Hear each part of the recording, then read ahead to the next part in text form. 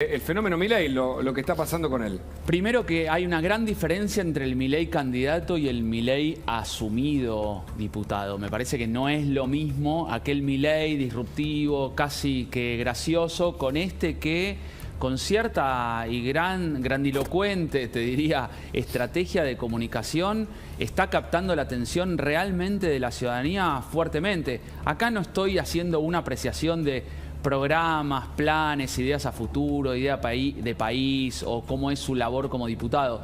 Me estoy centrando en la estrategia de comunicación que en cuanto al electoral era una disrupción de anticasta, antisistema, y parte de esas cuestiones se trasladaron a la comunicación que tiene hoy en día, que tiene ribetes de gracioso y de reflexivo. Entonces me parece que hay que tenerlo en cuenta. Tenemos candidatos en muchos lugares del mundo. Mide muy bien en las encuestas. Sí, por lo que se sondearon dice, y está al tope, eso, está ahí cerquita de una medición muy alta. Son demasiado prematuras las encuestas, claro, como para hablar 2023, ¿no? Y menos en una candidatura presidencial. Pero es un fenómeno en crecimiento. Pero es un fenómeno en crecimiento. Lo ponemos fenómeno entre comillas, ¿no? Sí, y aparte que tenés que tomar en cuenta el fenómeno Trump, el fenómeno Bolsonaro, el fenómeno Zelensky en Ucrania. Claro, Gabriel, yo creo que la clave es cuando habla de casta política. Con eso pegó muchísimo. Sí, pegó muchísimo. Eso es el privilegio de un sector de la Argentina que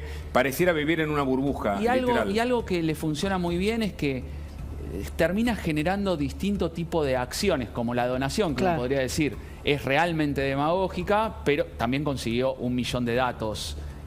Javier Milei, 200.000 pesos por 1 millón de datos es un buen negocio. Digo, generó toda una estrategia en base a estas cuestiones disruptivas de acciones que me parece que trascienden la disrupción puramente dicha o la que llaman la locura o lo friki o lo del fenómeno. Pero es interesante porque en el medio de una imagen negativa en aumento de la mayor parte de los dirigentes argentinos, sobre todo después de muy malas gestiones de los últimos años, fenómenos que vienen de afuera de la política empiezan a generar impacto. Sí, es el fenómeno outsider que tantas veces hablamos, como el caso de Manes en algún sentido, y este caso muchísimo más disruptivo, bien antisistema y anticasta, que me parece que Milei representa eso, con el apoyo de muchos actores de la política que realmente les gustaría que le vaya bien a Javier Milei. Inclusive con algunas temáticas, y esto ya tiene que ver con el fenómeno liberal, que fíjense cómo se metieron en la campaña y hoy están en el discurso público. Y me refiero a una particular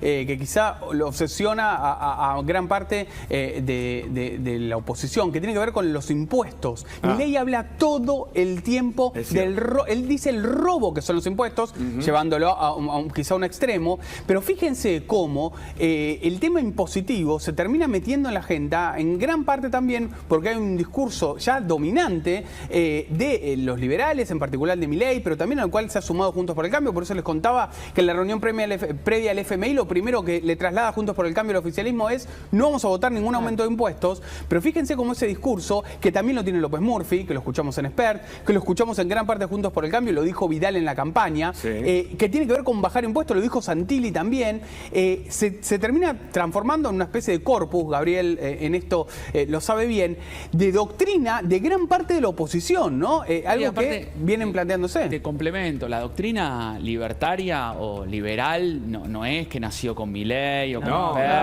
López Murphy lo dice. Pero y ni siquiera, o sea, tiene... Algunos que tenemos algunas canas recordamos a la UCD con otro formato, es cierto, con otra ortodoxia, incluso desde el punto de vista discursivo que tenía Alzogaray. Mucho más clásico todo. Mucho más clásico. Sí, más pero dicen que va camino esto a ocupar ese lugar que ocupó en aquellos años la UCD. Lo reivindica, Hugo. La gente experta de Milei reivindican a la UCD. Podría decir que el espacio existe, no es que no existe esa cuestión, y sobre todo respaldado en que, viste que no hay árbol sin bosque, bosque sin árbol, como se dice todo el tiempo. Digo, hay un sustento detrás, en la cuestión ideológica más que nada, que eso me parece que es muy interesante de analizar. No es un dato menor a dejarlo pasar a no tener en cuenta, de que la doctrina, la cultura, la ideología libertaria y o liberal realmente tienen mucha historia y mucho respaldo en las cuestiones que van aventurando y diciendo. Muy bien, Gabriel Slavinsky, muchas gracias.